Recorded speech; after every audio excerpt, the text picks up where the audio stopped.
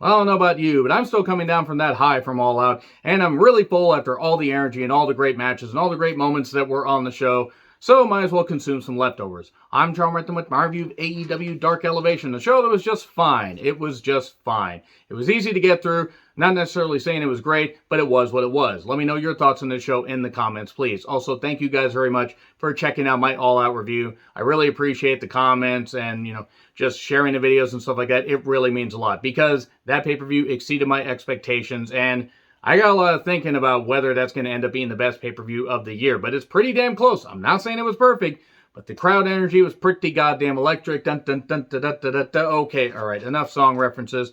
Let's get to the pre/post all-out edition of, AEW Dark Elevation. So anyway, I will say I do hope that Dark does end up going to a studio setting at some point because it's going to be nice to get that cool studio feel. So anyway, we have the Wingmen talking about their matches. JD says that he will kill Dante. He actually doesn't say that, but he basically says he'll end him. I'm going to say that JD Drake has the most out of any of the Wingmen.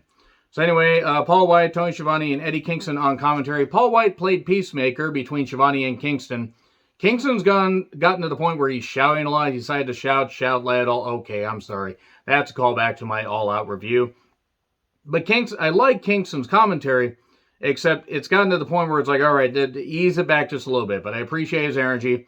And Schiavone's happy to be there. And Paul White, him and Schiavone have some really good chemistry. At least they were having fun, I will say that. So Peter Avalon and Ryan Nemeth took on Bear Country. Good to see Bear Country back. They used power and won with the big man toss the splash. 1, 2, 3. Not bad. I hope that Bear Country can, stay injury-free because one of them was injured for a while. And hopefully maybe they can rise up the ranks and everything because they're a nice, big man tag team. They can do some pretty good shit. So anyway, then Cesar Bononi and JD Drake attack. Get them, they're ugly, says Peter Avalon, and that was a bit weird, but it was what it was. I guess we're going to do this undercard feud on a couple darks. So it was what it was. Emi Sakura, I don't know what the girl's name is. I do apologize. The short-haired girl is with her. Took on Misa Kate. I think it's Misa Kate, but I'm just going to say Misa Kate because it's reminding me that I hate Jar Jar Binks. But Kate actually impressed me in a recent match and did fine here. Emi, I guess, is a heel because she's abusing her, maid or whoever she is. She had a lot of backbreakers. Did a double underhook backbreaker for 3. Archer then tosses a guy named GPA or whatever, and the GPA was not very high for this young man. He got mauled with the blackout in about a minute, maybe. And then Kira Hogan beat Blair Onyx in about a minute. Blair has, I do appreciate the blue hair. Kira has some nice fire, and that finisher is goddamn beautiful. Then a swole pre-tape where she says, hey, Diamante, we're going to have a match. It's going to be 3 strikes match. Pinfall, submission, and knockout. I will credit them for trying to build this feud. I'm not saying I'm interested, but I give them credit for trying to build an undercard feud, and they're trying to give reasons for people to tune into the YouTube shows. They really got to start utilizing their women a little bit better on Dynamite and Rampage, at least in my opinion. And I'm sorry, Rampage. I got to do that occasionally, as is the contract that I signed with somebody that I'm just not going to mention. So anyway, Diamante then says she's going to fist Swole into submission. Phrasing. So then Nyla beat Laney Luck really quickly with the Beast Bomb in about a minute. Griff Garrison took with J-U-L-A-A hard, taking on Anthony Bowens. I'm glad the Bowens has gained some singles some singles matches here. He shined. Schiavone and Eddie were arguing a lot. We got some good strikes. We got a nice DDT. Griff actually is pretty good in the ring. He has really improved in the time that, he was being featured as a singles, just an enhancement guy, and now being with Brian Pillman Jr. Some good stuff. The boom box, sound of my heart. The beat goes on, and here's Max Caster with a chain punch. Come on to me, come on. I don't really know where I was going with the boom clap reference, like Charlie XCX, so XCX, my apologies. And well, Bowens gets a victory, and then Pillman Jr. has a pool cue. Eddie asking the important questions. Where did he get the pool cue from? That is a very good question. Is there just a pool table that just magically appears backstage? Is it a sentient pool table? Is the Asylum going to make a movie called The Pool Table? A killer pool table. They already made one about the killer sofa and about a killer refrigerator. If you don't believe me, trust me, they actually exist. I haven't seen them yet, but I plan to.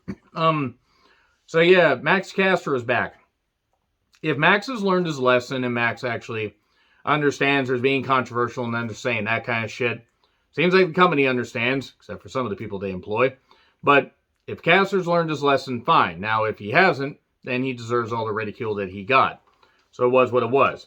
Red Velvet took on Queen Anamata. Anamata blindsides her, hit some good power moves. Velvet hit some runs and everything and gets the final slice. I think that's the name of it. 1, 2, 3. Not a bad match. It was quick. It was effective. Queen Anamata, very tall. Very, very tall.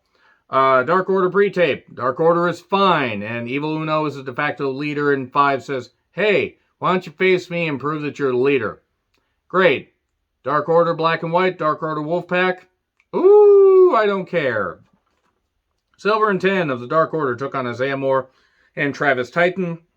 Silver got a pop. It was fine. It was alright. Enhancement guys did fine. Spin Doctor dropped these two princes with the full Nelson. Just go ahead now. Dark Order wins. Dante Martin took on JD Drake.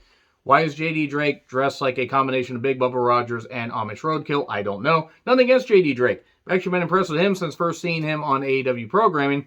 The guy's got something. He's got some good ability. I mean, hopefully maybe they get him some clothes. At least he's not in jeans trying to do that running kick. Now, he does it well, but those jeans are very restricting.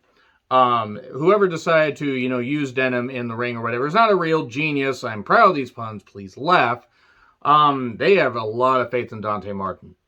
When him and Darius team up, it's going to be great, but man, Dante is going to be the fucking star because he really does have something. They do a bit of comedy because the numbers advantage and everything because the wingmen are ineffective suddenly. They were able to take down Bear Country, after losing the match and everything, but they were able to get the advantage for a little bit there. But they can't take down Dante Martin. He does eventually hit a moonsault, 1, 2, 3, and now Riho takes on Sky Blue. Let me say right now that I appreciate Riho at least tries to take her work seriously, despite the ridiculous look. Sky Blue, she is a star. She is a fucking star of the future. She has that, energy and that pep and everything. She has the crowd on her side and everything, but you can tell she has some good poise. It's gonna take time with, her to get better, but she's got something. She's got great athletic ability. Day hit nice super kick at 1 point. Northern Lights by Rio, and then double knees, 1, 2, 3. Sky Blue. Hopefully this isn't the only time she appears on the AEW programming. I know she's appeared in the NWA. Chaos Project, Serpentico and Luther and RSP took on Darby, Moxley, and Eddie. I think the Wild Thing entrance actually took half as long as this match ran. And that's even being generous. I actually think that the Wild Thing, you make her tart sing. That was basically the end of that. Coffin drop, 1, 2, 3. They don't really have anything to say when, I'm sorry, nothing against Luther as a person, but Chaos Project, it's a team that's there. Though stuff with Serpentico getting beat up gets old. So anyway, agree, disagree with what I said. Like, share, subscribe, Twitter handle in the description. I'm John Retland. I'll see you soon.